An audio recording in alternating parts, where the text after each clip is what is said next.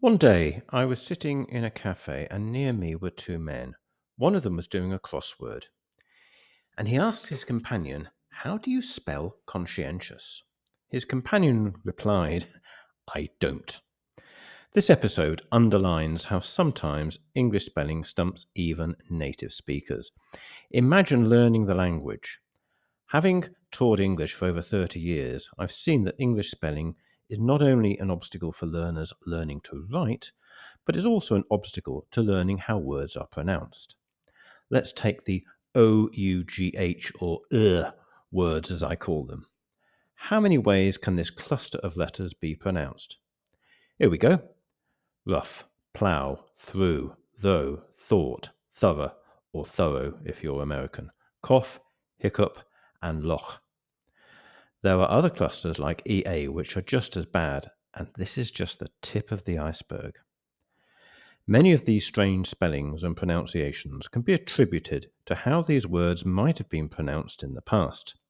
For example, it seems like the IGHT words like light, right, and night were originally pronounced as licht, richt, and nicht, and were written as they were pronounced, at least in the northeastern part of England and southern Scotland. Silent letters like the K in night, knowledge, and knee are another bane of the language. The K was originally pronounced like in the Scandinavian languages. For example, as in knie, kno, and knight, or maybe I should say knicht, who knows, or who knows. Using the Roman alphabet to write in English was never going to work particularly well. In fact, in early English, other letters existed to represent the sounds that didn't exist in Latin. These letters, like thorn and eth, were used to represent the th and the th sound. The modern Y is descended from this symbol or letter. When you see YE in words in names of old shops and pubs like these, the YE should be pronounced as the or the. There are numerous other reasons for silent letters, like attempts to make the words more similar to Latin, the B in doubt and debt, or words like tomb, bomb, and comb. There is often no difference between pronunciation of single and double consonants. Early printers frequently charged their customers by the letter, so adding double consonants in a book made a real difference to what they could charge their clients. In an age when most standardized spellings weren't yet established, this was a popular scam. Every little helps. I suspect they would have tried triple consonants if they thought they could have got away with it. Throughout history, people have complained about English spelling. One very vocal complainer was George Bernard Shaw, the Irish writer. He said that the English alphabet simply does not have enough letters, especially when it comes to vowels. Here is the English alphabet of 26 letters, and here is the English phonemic table of 44 sounds. When it comes to vowels, the English alphabet has 5 vowel letters, well, 6 if you count Y, which is a kind of semi or part-time vowel, but there are around 20 vowel sounds. Ways of clarifying pronunciation have evolved, like the pronunciation of I in short words followed by a consonant and then E. Compare win with wine, fin with fine. A similar thing happens with hat and hate or fat and fate. This works quite well, except when it doesn't.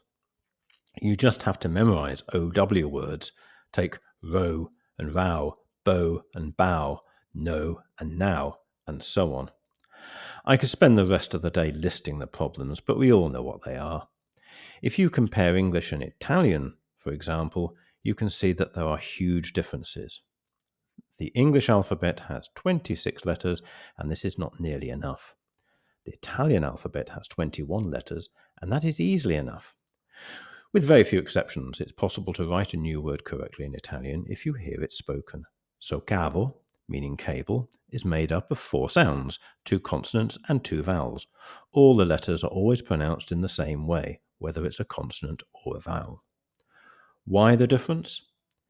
Well, Italy only became a united country in the 1860s and 1870s, when the Accademia della Crusca standardized Italian spelling. The language has not had time to stray from this standardization. French spelling and pronunciation were standardized in the mid-17th century and has had more irregularities than Italian, and it's had over 300 years for the variations to creep into the language. Why do variations creep in? Nowadays, we're used to being able to hear voices of people who died a long time ago. In previous centuries, this was not possible because there was no recording technology. So variations occurred over time. Italian didn't have time to vary before recording technology stopped this generational shift. English had all the time in the world. George Bernard Shaw didn't stop at complaining about the inconvenience of learning and using such a cumbersome, illogical spelling system. He also pointed out that the abundance of large, meaningless clusters of letters and silent letters was a waste of paper, ink, time, and effort. This is a point that is equally valid today.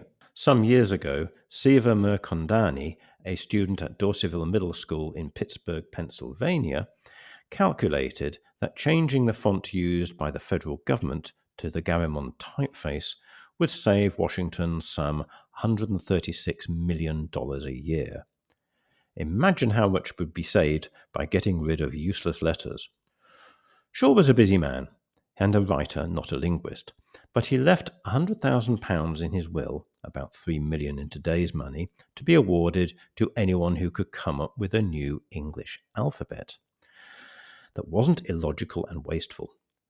A man called Kingsley Reid, quite an appropriate surname when you think about it, came up with this. It has 48 letters, each one has a specific sound. I'm not going to describe how it works here because that would take ages. However, I've left a link to a video about this alphabet in the description below. Lots of alphabets have been suggested over the years, but there are problems. If every letter corresponds to a specific sound, then if you have a different accent, you might have to change the way you spell words, like this: glass, glass, cup, cup. And that's just a tip of another iceberg. Another problem is that English is the native language in a lot of countries. How on earth can you get them to agree to a standardized form and then convince their populations? Also, most people have invested a lot of time and effort into learning the alphabet and will not want to learn another one. This is also relevant for people who speak English as a second language, and don't forget, non-native speakers outnumber native speakers by at least 4-1. Having said that, there's no reason why small incremental changes couldn't be made. Why not substitute thought for thought, or right and right for right or right, or alphabet like this? The list is endless and quite fun. Put your ideas in the chat. I can imagine how many people would be horrified by these suggestions, but then people have always been horrified by changes in a language. Imagine the complaints when people cut the K off music and frantic. The Philistines of one generation often become the traditionalists of the next. Bye for now.